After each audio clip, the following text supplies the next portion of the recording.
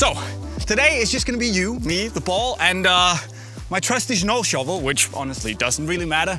But today I'm gonna teach you 5 stepovers that at least has the potential to leave defenders absolutely and utterly helpless. See?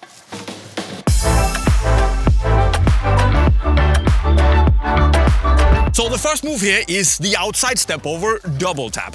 You can also do a croqueta if you want. But the idea here is basically to fixate the defender, get them to plant their foot, and then just double tap the ball around them to the side like that. But wait, Jay, isn't the ideal scenario to fixate the defender's balance to one side and then basically just move to the other? And you're right, that is the ideal scenario here. But we can still leave the defender helpless. But basically, if we break this move down, what you do here is you pull an outside stepover from basically go around the inside of the ball and out. You plant your foot. Now, of course, if you then can switch your body balance back to the other side and tap it out to this side, cool. That also works really well. But what I find to be easier is simply that once I've planted my foot, my body weight and momentum is already going in that direction. So it's super easy to just basically let my weak foot follow along and tap the ball or croqueta it out around the defender. Because if I do the body feint and the stepover right, they're gonna be fixated and the foot is planted on the ground. And that means that once I do this, boop, boop, they will still be absolutely helpless. So it's a bit counterintuitive, but it works.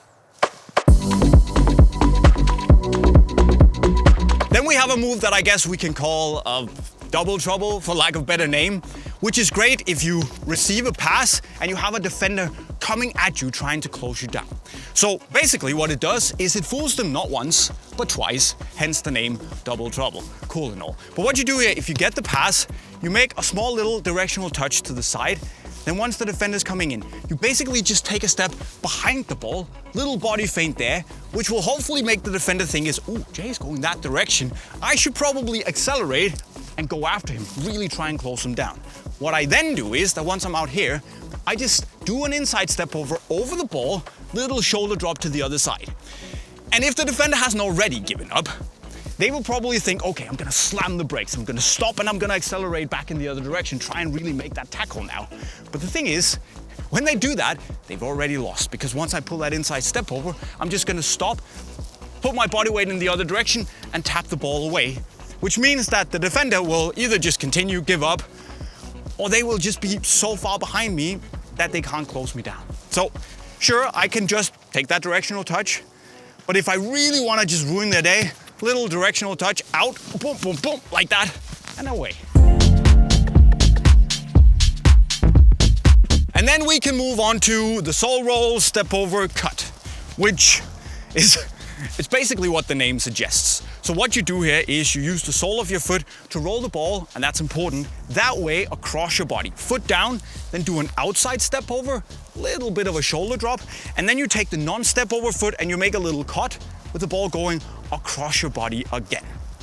So basically, the way it works is that obviously it's a little bit confusing for the defender, but it really plays into momentum here, because once you do that sole roll, ball goes that way, that will naturally fixate the defender a little bit going that direction, right?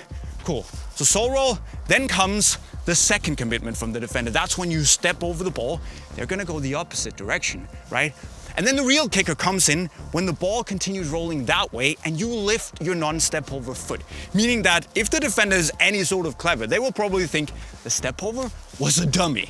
So I should probably cover this area where the ball is going. But you're not going that way, are you? No, you're just gonna cut the opposite direction. And the way this really hurts the defender is that once they're fixated once, they can recover. The second one, they can also sort of recover, but when they have to commit really to covering that area for the third time, that is when their balance will be fully fixated with all their weight in the ground, leaving you a little bit more time and open space behind them to cut over and do your thing. So basically, it's gonna look like this. Come in, sole roll, step over, and you cut. But of course, we shouldn't forget what we can call the stepover circus bonanza, I guess, which, I mean, you could call it whatever you want. It's arguably a little on the flashy and also maybe slightly unnecessary side, but it can actually also work wonders if you're running with a little bit of speed towards a defender that's slightly, containing, backing up. And you want to mess with their balance a little bit. Now, what I would then probably do, you just basically throw a lot of stepovers, but to make it a little bit more smooth, I would probably start with an outside stepover, then follow with the other foot, inside stepover, then do another inside stepover, foot down, regain my footing, and then pull 2 quick outside stepovers as well, and then move up. So it sounds a little confusing, but once you learn it, you get it into your system, you can actually pull it off with some sort of effect on their balance, because the defender doesn't really know what's gonna happen. And this constant changing of balance and momentum, and them not knowing which side you're gonna go to and when you're gonna go, means that it's gonna be a little bit harder. Now, of course, if they commit a lot in the middle of your step, or you're just gonna go out to the other side. But the thing is that it's on the risky, slightly unnecessary side, and it doesn't really work unless you can do it with a good amount of speed. But if you can, I mean, it's gonna be absolutely unpleasant for the defender. Now, I don't really have enough space here to get enough speed to show it what it properly looks like, but it's a little bit something like this, right? Just faster. And then there is the last trick, which is a dish best served cold, which, I mean, in this weather is absolutely perfect. That was a good one, Jay. I'll keep that in mind. But anyways, it is the Elastico stepover, which, as you can probably guess, is also, it's very unnecessary. And it's only something I reckon you should do when you're really on top of things in the match. You're on top of the defender, things are going your way. Maybe you've already beaten the defender a few times already. But what the trick essentially is a normal Elastico, where you do that flip-flap motion, flip-flap, and then once you do the flap, you basically just make a little step over with the non-elasticoing foot. Essentially the same movement that you would do when you do a chop. Just lift it up a little bit.